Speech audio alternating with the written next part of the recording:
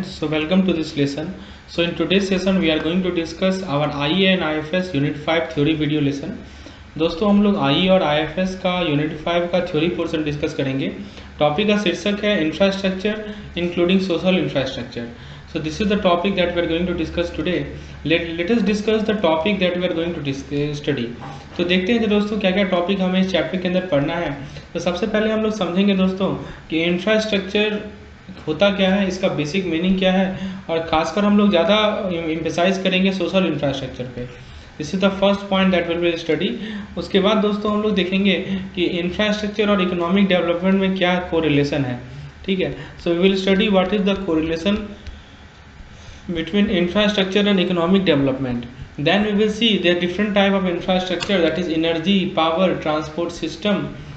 इसके अंदर transport system के अंदर रेल, रोड, सिविल एविएशन सभी आते हैं. Then we will see the concept of social sector and social infrastructure. Then after we will see health, education and family welfare, and finally we will conclude the chapter with development of health infrastructure. So these are the topic that we are going to discuss. After covering this topic आपको समझ में आ जाएगा कि infrastructure और economic development में क्या correlation है. आपको ये समझ पाएंगे कि energy, power, transport system, social sector, social infrastructure basically होता क्या है, हेल्थ, एजुकेशन, फैमिली वेलफेयर, और कैसे हम हेल्थ इंफ्रास्ट्रक्चर को डेवलप करें. So before beginning this lesson, Target JIB 2023 course that our channel have launched. So we have launched Target JIB 2023 course. This is basically a paid course which will provide you insight into each and every topics of retail. So presently we are covering two topics, two subjects, that is RBWM and IE and IFS, and soon we will begin for other two topics also. So friends, in this paid program, what you will get videos as well as PDF.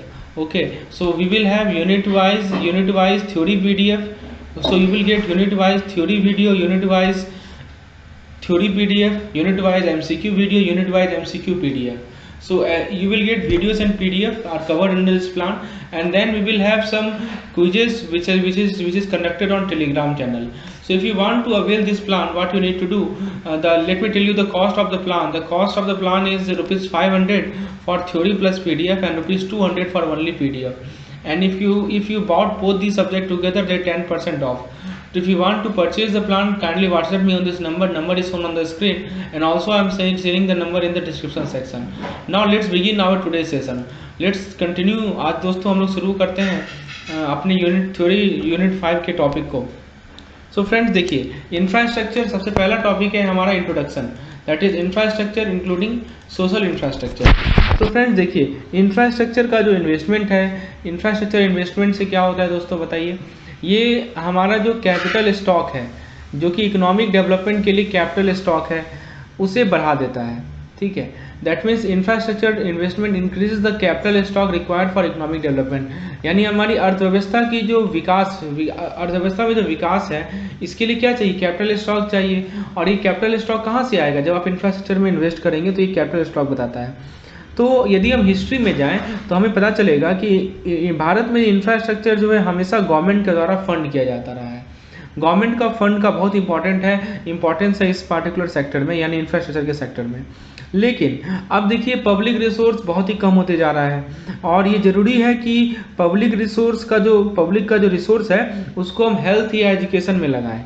तो इस चीज़ को ध्यान में रखते हुए attempt इस बात पे किया गया कि हम प्राइवेट सेक्टर इन्वेस्टमेंट को इनकरेज करें.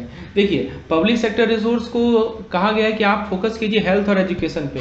तो अटेम्प्ट ये किया गया कि क्यों ना हम प्राइवेट सेक्टर इन्वेस्टमेंट को लाएं ताकि इंफ्रास्ट्रक्चर को डेवलप कर सकें. ठीक है, तो इसीलिए प्राइवेट सेक्टर को इनकरेज किया जाता है कि आप भी इन्वेस्टमेंट करें, so that infrastructure can be redevelop.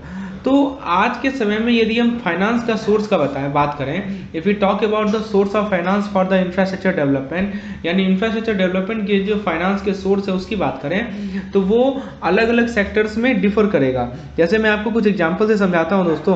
तो जैसे देखिए, जैसे रेलवे हो गया या न्यूक्लियर पावर, ये सभी गवर्नमेंट की मोनोपोलीज है. ठीक है, तो इसमें फाइनेंस कौन करेगी, गवर्नमेंट करेगी. उसके बाद जैसे कुछ इंडस्ट्रीज ऐसे होते हैं जहाँ पे गवर्नमेंट स्पेंडिंग होता है, डोमिनेट करता है. लेकिन कुछ ऐसे इंडस्ट्रीज होते हैं जो कि ओवरसीज डेवलपमेंट एड यानी ODA के द्वारा कंट्रोल होते हैं, और कुछ ऐसे इंडस्ट्रीज होते हैं जो कि प्राइवेट सेक्टर इन्वेस्टमेंट से डोमिनेट किए जाते हैं. ठीक है, तो ये चीज़ ध्यान रखना है। तो सोर्स ऑफ फाइनेंस आपका 3 हो सकता है, 4 हो सकता है, या तो गवर्नमेंट स्पेंड कर रही होगी, या आपका ओवरसीज डेवलपमेंट एड आ रहा होगा, या आपका प्राइवेट सेक्टर इन्वेस्टमेंट हो रहा होगा। अब दोस्तों एक चीज़ समझिए, एक बहुत ही इंपॉर्टेंट पॉइंट मैं आपको समझाना चाहता हूँ। So friends please try to understand this important point that ये हमारा NIIF है। NIIF क्या है दोस्तों? National institute national investment and infrastructure fund. तो ये national investment and infrastructure fund ये सरकार ने स्टार्ट किया था, गवर्नमेंट ऑफ इंडिया ने, भारतीय सरकार ने इसे इंट्रोड्यूस किया था ताकि इंफ्रास्ट्रक्चर के फाइनेंस को भारत में इम्प्रूव कर सकें। ठीक है, तो प्लीज रिमेंबर दिस। हाँ, अब देखिए PPP पब्लिक प्राइवेट पार्टनरशिप ये प्रिफर्ड मॉडल है। ठीक है, ये प्रिफर्ड मॉडल है इंफ्रास्ट्रक्चर डेवलपमेंट के लिए, यानी पब्लिक भी हो प्राइवेट भी हो और उनके बीच में क्या हो, पार्टनरशिप हो। और दोस्तों याद रखिएगा NIIF का फुल फॉर्म क्या है? National investment and infrastructure fund. किसने इंट्रोड्यूस किया? तो भारतीय सरकार ने इंट्रोड्यूस किया। क्यों इंट्रोड्यूस किया? ताकि इंफ्रास्ट्रक्चर के फाइनेंस को हम इम्प्रूव कर सकें। तो ये पॉइंट को ध्यान रखना है। अब दोस्तों हम आपसे बात करते हैं कि इंफ्रास्ट्रक्चर और इकोनॉमिक डेवलपमेंट में क्या रिलेशन है। अभी तो मैंने आपको बेसिक्स बताया इंफ्रास्ट्रक्चर के बारे में, ठीक है, कहाँ से फाइनेंस किया जाता है ये मैंने आपको बताया। अब जरा देखते हैं कि इकोनॉमिक डेवलपमेंट और इंफ्रास्ट्रक्चर में क्या रिलेशन है। तो दोस्तों यदि कहा जाए कि इकोनॉमिक आर्थिक जो हमारी आर्थिक विकास है उसका जो आधार स्तंभ है वो है इंफ्रास्ट्रक्चर। फाउंडेशन जो कहते हैं ना, फाउंडेशन है हमारा इंफ्रास्ट्रक्चर। ठीक है, तो इसके अंदर आपका फिजिकल, नेचुरल और ऑर्गेनाइजेशनल स्ट्रक्चर सभी आता है जिसके लिए जो कि रिक्वायरमेंट है आपके लॉन्ग टर्म इकोनॉमिक डेवलपमेंट के लिए। अब देखिए इकोनॉमिक इंफ्रास्ट्रक्चर क्या करता है, आपको लेबर मोबिलिटी प्रोवाइड करता है, कैपिटल मोबिलिटी प्रोवाइड करता है। अब तो हो सकता है कि एक अर्थव्यवस्था या दो अर्थव्यवस्था के बीच में। ठीक है, उसके बाद दोस्तों और क्या फ़ायदा होता है इकोनॉमिक इंफ्रास्ट्रक्चर का? इससे जॉब क्रिएशन की पॉसिबिलिटी बढ़ती है, यानी बहुत सारी जॉब क्रिएट होती है। उसके बाद दोस्तों यदि आपका हाई क्वालिटी इंफ्रास्ट्रक्चर है, जैसे मान लीजिए अच्छा रोड है, पोर्ट्स है, एयरपोर्ट्स है, ब्रिजेज हैं, रेलवेज हैं, वाटर सप्लाई है, सीवरेज है, पावर है, टेलीकम्युनिकेशन है, इरिगेशन फैसिलिटीज़ है, तो उससे क्या होता है दोस्तों, ये सभी चीज़ फैसिलिटेट करते हैं कमोडिटीज़ के सर्कुलेशन में, यानी आसानी से कमोडिटीज़ को आप सर्कुलेट कर सकते हैं और रॉ मटेरियल को सर्कुलेट कर सकते हैं, और जो भी इनएफिशिएंसीज है उसे आप हटा सकते हैं। और इस कारण से क्या होगा कि हमारे पास जो स्केयर रिसोर्स है उसको हम लोग इफेक्टिवली यूज कर सकते हैं। तो ज़रूरत किस बात की है कि हमारे पास जो भी इंफ्रास्ट्रक्चर अवेलेबल है, ठीक है, उसे हम लोग प्रॉपरली यूज करें। ठीक है, और हम कमोडिटीज़ को सर्कुलेट करें, रॉ मटेरियल को सर्कुलेट करें, जो हमारी इनएफिशिएंसीज है उसे एलिमिनेट करें, और इस प्रकार से हमारा जो स्केयर रिसोर्स है इसको हम लोग इफेक्टिवली यूज कर पाएंगे। तो ये फ़ायदा होता है हमारा हाई क्वालिटी इंफ्रास्ट्रक्चर का। ठीक है, अब दोस्तों दो बात होती है, इंफ्रास्ट्रक्चर या तो हार्ड होती है या तो सॉफ्ट होती है। अब मैं आपको समझाता हूँ कि हार्ड इंफ्रास्ट्रक्चर क्या होता है और सॉफ्ट इंफ्रास्ट्रक्चर क्या होता है। दोस्तों हार्ड इंफ्रास्ट्रक्चर का मतलब मेजर फिजिकल नेटवर्क, जो हमारे मेजर फिजिकल नेटवर्क है ना, वो आते हैं हार्ड इंफ्रास्ट्रक्चर में। एग्जाम्पल के तौर पर रोड्स, पोर्ट्स, एयरपोर्ट्स, उसके बाद दोस्तों pipelines. So these are all hard infrastructure. Hard infrastructure की रिक्वायरमेंट होती है आज के जो मॉडर्न इंडस्ट्रियल नेशन है उसको प्रॉपरली ऑपरेट करने में। तो क्या क्या मैंने आपको बताया, रोड हुआ, ठीक है, फिर उसके बाद आपका पोर्ट्स, ठीक है, airports, pipelines. So these are called hard infrastructure. They are required for operation of modern industrial nation. दूसरा तरह का जो इंफ्रास्ट्रक्चर होता है वो हमारा होता है सॉफ्ट इंफ्रास्ट्रक्चर। सॉफ्ट इंफ्रास्ट्रक्चर का मतलब ये हुआ कि वैसे इंस्टीट्यूशन जो कि इकोनॉमी को रनिंग में, इकोनॉमी को कंटिन्यूसली रनिंग में बहुत ही ज़रूरी होते हैं, जैसा कि फाइनेंशियल इंस्टीट्यूशन हो गए, एजुकेशनल इंस्टीट्यूशन हो गए, हेल्थ केयर इंस्टीट्यूशन हो गए, लॉ इन्फोर्समेंट ऑर्गेनाइजेशन हो गए। तो these are called soft infrastructure. तो फ्रेंड इंफ्रास्ट्रक्चर को दो पार्ट में डिवाइड किया गया है, hard infrastructure, soft infrastructure. Hopefully आपको कंसेप्ट क्लियर हो गया होगा। Very good. अब दोस्तों आपने समझ लिया कि इकोनॉमिक डेवलपमेंट के लिए इंफ्रास्ट्रक्चर की क्या क्या रिक्वायरमेंट है। मैं आपको की पॉइंट बता देता हूं। बेसिकली मैंने आपको क्या बताया कि यदि हमारे पास सॉलिड इंफ्रास्ट्रक्चर होगा तो उससे क्या होगा कि हम high quality goods and services produce कर पाएंगे और ट्रांसपोर्ट भी कर पाएंगे आसानी से। ठीक है, और उसके बाद मैंने आपको क्या बताया कि कमोडिटी का सर्कुलेशन काफ़ी आसान होगा और रॉ मटेरियल का सर्कुलेशन भी काफ़ी आसान होगा, और जो भी हमारे इनएफिशिएंसीज है उसे हम लोग क्या कर सकते हैं, एलिमिनेट कर सकते हैं यदि हमारे पास सॉलिड इंफ्रास्ट्रक्चर है। ठीक है। तो ये सभी एडवांटेजेस हैं हमारे प्रॉपर इंफ्रास्ट्रक्चर का, इसीलिए कहा जाता है इंफ्रास्ट्रक्चर को बैकबोन ऑफ इकोनॉमिक डेवलपमेंट। अब हम लोग नेक्स्ट टॉपिक पे आते हैं, क्योंकि ये energy power transport system, that is rail road civil aviation. तो सबसे पहले बात करते हैं दोस्तों एनर्जी इंफ्रास्ट्रक्चर की। तो दोस्तों एनर्जी इंफ्रास्ट्रक्चर में क्या होता है कि ये एक ऐसा ऑर्गेनाइजेशनल फ्रेमवर्क है जिसमें लार्ज स्केल एनर्जी ट्रांसमिशन होता है प्रोड्यूसर टू कंज्यूमर, यानी प्रोड्यूसर से कंज्यूमर की ओर एनर्जी का ट्रांसमिशन होता है, और एनर्जी का फ्लो भी होता है, डायरेक्शन और मैनेजमेंट, ठीक है। So this is about energy infrastructure. तो बहुत सारे कंपोनेंट्स हैं हमारे एनर्जी इंफ्रास्ट्रक्चर के, जैसा कि आपको मैं एग्जांपल के तौर पर बताऊं तो नेचुरल गैस पाइपलाइन, फिर storage and distribution terminal, petroleum pipeline, तो ये सभी हमारे क्या हैं एनर्जी इंफ्रास्ट्रक्चर के कंपोनेंट्स हैं, ठीक है। उसके अलावा दोस्तों आप एग्जांपल के तौर पर ले सकते हैं coal handling facilities for washing, storing and transporting coal, renewable energy infrastructure. तो ये सभी क्या है दोस्तों, these are all energy infrastructure, ठीक है। तो आपको मैं आपको एक केस स्टडी प्रोवाइड करता हूँ। देखिए रिन्यूएबल एनर्जी में भारत का क्या इनिशिएटिव है। आज के समय में भारत का 4th पोजीशन है रिन्यूएबल एनर्जी पावर कैपेसिटी में, विंड पावर में 4th पोजीशन है, सोलर पावर कैपेसिटी में 5th पोजीशन है। भारत ने रिन्यूएबल एनर्जी कैपेसिटी को इंस्टॉल किया है लगभग 92. एक आपको स्टैटिस्टिक्स बताता हूँ, 92.54 गीगावाट, ठीक है। ये भारत का रिन्यूएबल एनर्जी कैपेसिटी है, ठीक है। अब दोस्तों आपको मैं 2014 से लेकर 2021 तक जो हमारा इंस्टॉल्ड रिन्यूएबल एनर्जी कैपेसिटी है भारत का, वो 2.5 टाइम्स बढ़ा है, यानी 2.5 गुना दोस्तों रिन्यूएबल एनर्जी कैपेसिटी को बढ़ाया गया है हमारे कंट्री में 2014 से लेकर 2019 तक में, ठीक है। और आज के समय में इंडिया का पोजीशन 4th है रिन्यूएबल एनर्जी पावर कैपेसिटी में, ठीक है।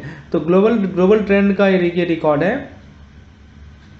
इसमें लगभग कितना इन्वेस्टमेंट हुआ है दोस्तों, मतलब इंस्टॉल कैपेसिटी है जिनके 15 टाइम्स, ये सोलर कैपेसिटी की बात हो रहा है, ओवरऑल है 2.5 टाइम्स, और सोलर एनर्जी के कैपेसिटी में 15 टाइम्स का ग्रोथ हुआ है फ्रॉम अप्रैल 2014 टू जनवरी 2021। तो ये है रिन्यूएबल एनर्जी। दूसरा जो हमारे पास है वो है वाटर मैनेजमेंट इंफ्रास्ट्रक्चर। अब दोस्तों देखिए वाटर मैनेजमेंट इंफ्रास्ट्रक्चर के अंदर क्या क्या आता है, जैसे drinking water supply, waste water collection and disposal, drainage system, major irrigation system जिसके अंदर आपके रिजर्वायर, इरिगेशन कैनाल्स आ जाएंगे, मेजर फ्लड कंट्रोल सिस्टम आते हैं। So these are all included under water management infrastructure. इसके अंदर वाटर सप्लाई को drinking, waste water collection, drainage system etcetera are included. अब दोस्तों इसके लिए क्या है कि water prevention and control of pollution act 1974, water prevention and control of pollution act 1974 ये पहला लेजिस्लेटिव मेजर था ताकि जो कि डायरेक्टली एड्रेस करता था वाटर पॉल्यूशन के इशू को। तो याद रखिएगा कौन सा एक्ट है, water prevention and control of pollution act 1974। This was the act जो कि पहला मेजर लिया गया था जो कि वाटर पॉल्यूशन और कंजर्वेशन के इशू को एड्रेस करता है। अब दोस्तों इस एक्ट के अंतर्गत क्या हुआ था, इस एक्ट के अंतर्गत हम कहा गया कि आपको सेंट्रल और स्टेट पॉल्यूशन कंट्रोल बोर्ड को एस्टैब्लिश करना है।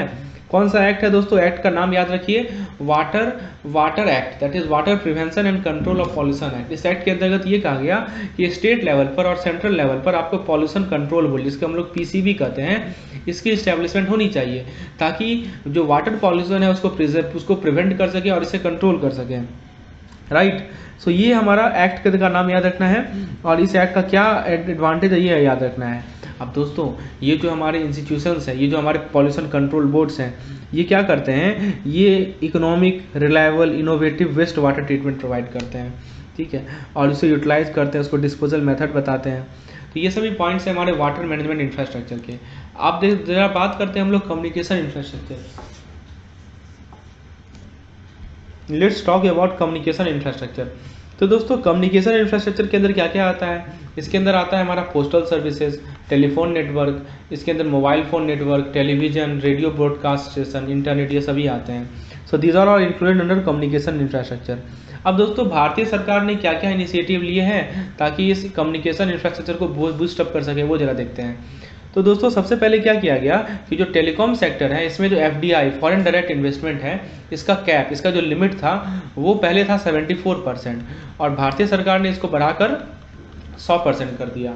तो इससे क्या हुआ कि फॉरेन बाहर से जो है इस पार्टिकुलर सेक्टर में इन्वेस्टमेंट बढ़ गया, राइट, कम्युनिकेशन सेक्टर में। दूसरा क्या इनिशिएटिव लिया गया भारतीय सरकार द्वारा, 2020 में गवर्नमेंट ने प्रोडक्शन इंसेंटिव स्कीम, याद रखिएगा PLI, प्रोडक्शन लिंक इंसेंटिव कहते हैं इसे, ये अप्रूव किया for large scale electronic manufacturing, यानी लार्ज स्केल इलेक्ट्रॉनिक मैन्युफैक्चरिंग के लिए PLI प्रोडक्शन इंसेंटिव स्कीम को लॉन्च किया। उसके बाद दोस्तों थर्ड क्या इनिशिएटिव लिया गया कि टेलीकम्युनिकेशन डिपार्टमेंट ने एक तरंग संचार को लॉन्च किया। ये तरंग संचार क्या है? ये एक वेब पोर्टल है जहाँ पे आप मोबाइल टावर का इंफॉर्मेशन शेयर कर सकते हैं और EMF इमिशन के कंप्लायंस को शेयर कर सकते हैं, ठीक है। So this was the third initiative which was taken by government of India in this sector, in the sector of communication to boost the communication infrastructure. जो हमारे पास फोर्थ इनिशिएटिव लिया गया था कि गवर्नमेंट ने प्रोजेक्ट अप्रूव किया था 20,000 करोड़ के कॉस्ट पे, ताकि एक नेशनल ऑप्टिकल फाइबर नेटवर्क को क्रिएट कर सकें। So this national optical fibre network was created with an cost of 20,000 crore, ठीक है। इससे क्या होगा? इससे ब्रॉडबैंड कनेक्टिविटी मिलेगा 2.5 लाख ग्राम पंचायत को। ये जो हमारा नेशनल ऑप्टिकल फाइबर, दोस्तों यहाँ पे फुल फॉर्म भी पूछा जा सकता है, NOFN का फुल फॉर्म बताइए, तो please remember national optical fibre network. तो इससे क्या मिलेगा, आखिर क्यों ये बिछाया गया? तो इसका मेन कारण क्या था? इस प्रोजेक्ट को अप्रूव करने का मेन कारण क्या था कि दोस्तों ताकि जो हमारा ब्रॉडबैंड कनेक्टिविटी है उसे हम लोग एक्सपेंड कर सकें 2.5 लाख ग्राम पंचायत तक ब्रॉडबैंड कनेक्टिविटी पहुंचा सकें, ठीक है। और जैसे कुछ एप्लीकेशन है, जैसे मान लीजिए E-हेल्थ है, ठीक है, इलेक्ट्रॉनिक हेल्थ जिसे कहते हैं। उसके बाद जैसे मान लीजिए E-एजुकेशन है, एजुकेशन ऑनलाइन देना। उसके बाद जैसे मान लीजिए E-गवर्नेंस है। तो ये सभी चीज़ों को यदि हमको ग्राम पंचायत तक पहुंचाना है तो हमारा ब्रॉडबैंड कनेक्टिविटी बहुत ही तगड़ा होना चाहिए। तो उसी को बूस्ट करने के लिए ये पार्टिकुलर 20,000 करोड़ का अलॉटमेंट किया गया था NOFN के एस्टेब्लिशमेंट के लिए। तो हमने 4 इनिशिएटिव देखे, FDI कैप को बढ़ाना, PLI स्कीम को लॉन्च करना, तरंग संचार को लॉन्च करना और NOFN लॉन्च करना। दोस्तों आप देख सकते हैं कि इस PDF में everything has been highlighted, important points have been highlighted. This will help you in your revision. आपको जब रिवाइज करना है तो आप बस उसी हाईलाइटेड पॉइंट को देख के जाइए। This will ensure that you get sufficient marks in examination, because most probably question will be asked from the point highlighted in this. And if you want such type of PDF, please WhatsApp me on this number. I will provide you this PDF with a minimum cost. Now let's see the next infrastructure that we have. The next infrastructure is critical infrastructure. दोस्तों critical infrastructure का मतलब क्या होता है? एक ऐसा asset जहाँ पे ब्रॉडर इकोनॉमी डिपेंडेंट करता है, ठीक है। मतलब हमारा इकोनॉमी का एक ब्रॉड हिस्सा, बहुत ही बड़ा हिस्सा इस पे डिपेंडेंट करता है। जैसे बिजली का जनरेशन, ट्रांसमिशन, डिस्ट्रीब्यूशन, गैस का प्रोडक्शन, ट्रांसपोर्ट और डिस्ट्रीब्यूशन, ऑयल का production, transport, distribution, telecommunication, water supply, agriculture, food production, distribution, public health. These are the very broader. दोस्तों ये सब ऐसा चीज़ है जिसपे पूरा का पूरा हमारा हम लोग डिपेंडेंट है, राइट। सो फ्रेंड्स कुछ इसके अलावा फाइनेंशियल सर्विसेज भी आएंगे जिसके अंदर बैंकिंग वगैरह आते हैं। तो बैंकिंग भी हमारा क्रिटिकल इंफ्रास्ट्रक्चर का ही पार्ट है, ठीक है। उसके अलावा कुछ सिक्योरिटी सर्विसेज आ जाएंगे जैसे पुलिस, मिलिट्री, ठीक है। ये सभी हमारे रेलवे नेटवर्क। तो दोस्तों ये railway network is also a part of critical infrastructure. अब दोस्तों हम लोग बात करते हैं हम लोग ट्रांसपोर्ट इंफ्रास्ट्रक्चर की। सो फ्रेंड्स देखिए, रोड और हाईवे जिसके अंदर हमारे स्ट्रक्चर्स आ जाएंगे, bridges, tunnels, mass transit system जैसे commuter rail system, subways, tramways, bus transportation, ठीक है। रेलवे के अंदर रेल ट्रैक। तो आप देखिए ना, बस हो गया, फिर आपका रोड हो गया, रेलवे हो गया, लेवल क्रॉसिंग, सिग्नलिंग, ये सभी हमारे ट्रांसपोर्ट इंफ्रास्ट्रक्चर के पार्ट हैं। तो इंडिया का जो ट्रांसपोर्टेशन इंफ्रास्ट्रक्चर है ये बहुत ही तेज़ गति से बढ़ रहा है। कुछ इंफ्रास्ट्रक्चर प्रोजेक्ट्स है जैसे कि आपने नाम सुना होगा दोस्तों, गोल्डन क्वाड्रिलेटरल, सुना है ना नाम? कि क्या दोस्तों? Golden quadrilateral. तो ये जो गोल्डन क्वाड्रिलेटरल है ये क्या है? ये बेसिकली नेशनल हाईवे नेटवर्क है जिसके अंदर बहुत सारे मतलब हमारे जो मेजर मेट्रोपॉलिटन सिटीज़ हैं उनको कनेक्ट किया जा रहा है। Golden quadrilateral national highway. उसके बाद दोस्तों Delhi metro rapid transit system और कुछ PPP मॉडल्स भी हैं। एयरपोर्ट प्रोजेक्ट को लॉन्च किया गया है न्यू दिल्ली में, मुंबई में, बेंगलोर में, हैदराबाद में, ठीक है। तो इन सभी चीज़ों ने क्या किया है कि हमारे कंट्री के ट्रांसपोर्टेशन इंफ्रास्ट्रक्चर को रिवॉल्यूशनाइज कर दिया है, क्रांति ला दी है। हमारे देश का जो ट्रांसपोर्ट इंफ्रास्ट्रक्चर है उसमें क्रांति ला दी है। खासकर PPP मॉडल जो अडॉप्ट किया गया है, public private partnership model, airports पे, एयरपोर्ट के डेवलपमेंट के लिए।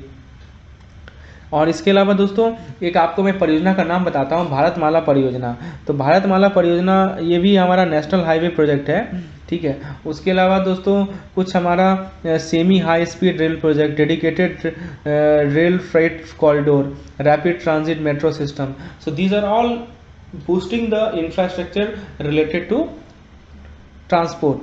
अब दोस्तों एक रिपोर्ट पब्लिश किया गया था सेंट्रल पॉल्यूशन कंट्रोल बोर्ड, अभी मैंने आपको बताया था ना कि पॉल्यूशन कंट्रोल बोर्ड CPCB जिसे कहते हैं, जिसके अकॉर्डिंगली भारत का जो करंट वाटर ट्रीटमेंट कैपेसिटी है वो है 27.3, वही लिखा है यहाँ पे कि भारत का करंट वाटर ट्रीटमेंट कैपेसिटी है 27.3 और जो सीवेज ट्रीटमेंट कैपेसिटी है वो 18.6 है, ठीक है।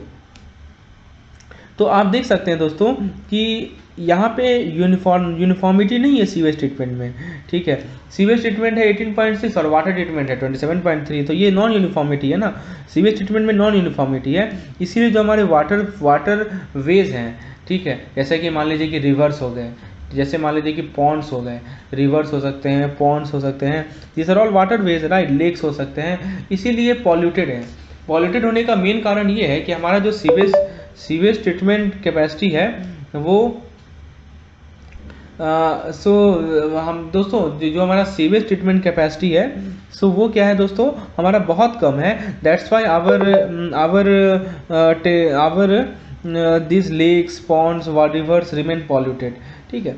तो दोस्तों अब मैं आपको भारतमाला परियोजना के बारे में बताता हूँ। बेसिकली ये इंडिया का लार्जेस्ट इंफ्रास्ट्रक्चर इन्वेस्टमेंट प्रोग्राम है, जिसमें $100 बिलियन से ज़्यादा इन्वेस्ट किया गया है, right. So this is called Bharatmala परियोजना, और ये सबसे अट्रैक्टिव इन्वेस्टमेंट अपॉर्चुनिटी है रोड्स के रिगार्डिंग।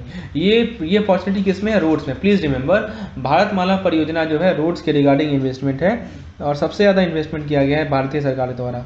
उसके अलावा दोस्तों सरकार क्या कर रही है, इंडस्ट्रियल कॉरिडोर प्रोजेक्ट को लॉन्च कर रही है as per the part of national industrial corridor programme. तो याद रखिएगा दोस्तों,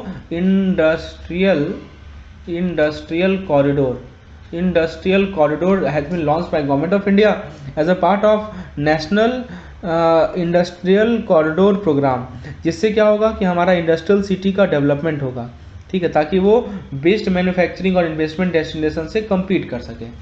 उसके अलावा दोस्तों PM गति शक्ति प्रोग्राम भी लॉन्च किया गया है दोस्तों। तो PM गति शक्ति बेसिकली क्या है, एक नेशनल मास्टर प्लान है मल्टी मोडल कनेक्टिविटी का, जो कि हमारे प्रधानमंत्री ने लॉन्च किया था।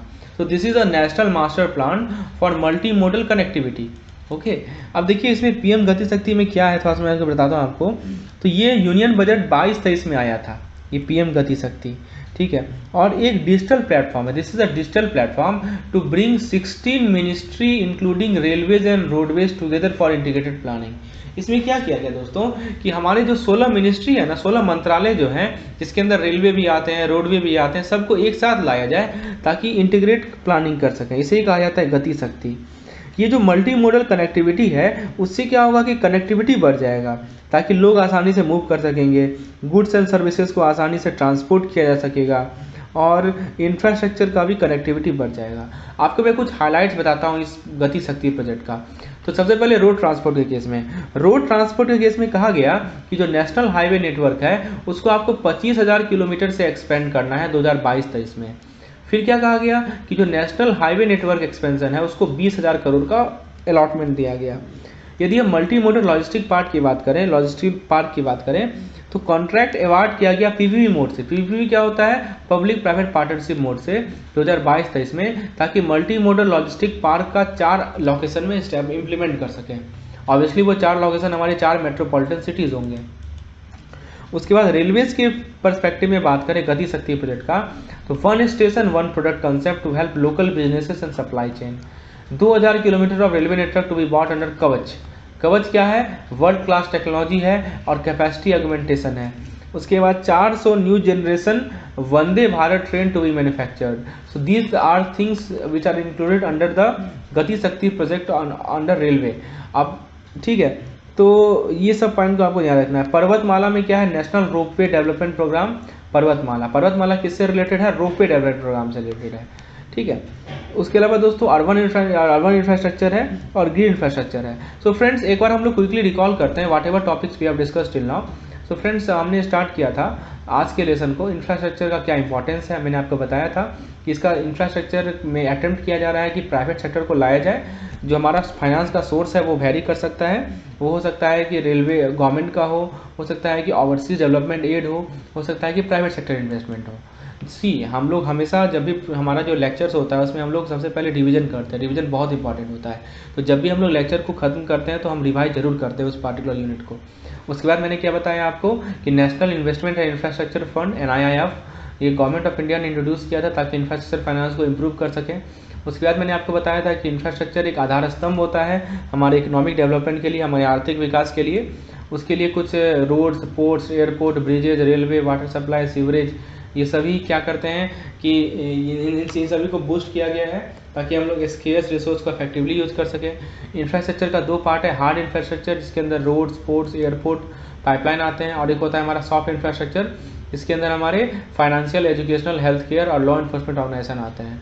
उसके बाद मैंने आपको बताया एनर्जी इंफ्रास्ट्रक्चर के बारे में। इसका कंपोनेंट बताया आपको natural gas pipeline, storage and distribution terminal, petroleum pipeline etcetera.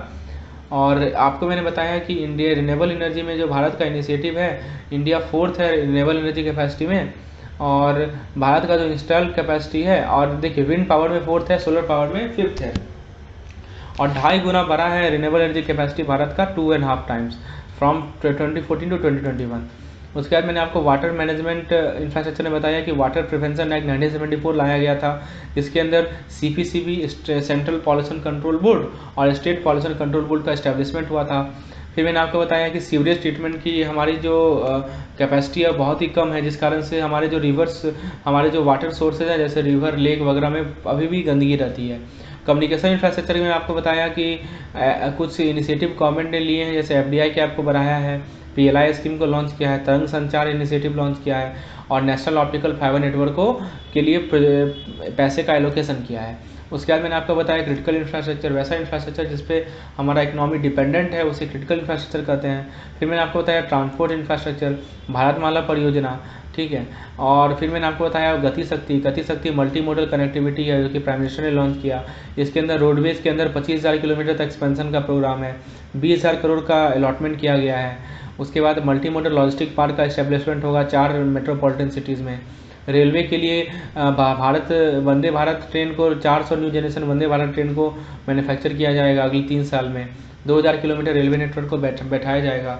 उसके बाद पर्वतमाला मैंने आपको बताया कि नेशनल रोपवे डेवलपमेंट प्रोग्राम को लॉन्च किया गया है। So friends, this was all about today's lecture. Hopefully you enjoyed it. If you want such type of video, kindly WhatsApp me on this number is on your screen. If you want to have such type of theory videos, MCQs videos, kindly WhatsApp me. There is a paid plan for you, and we will provide you the detail. Thank you.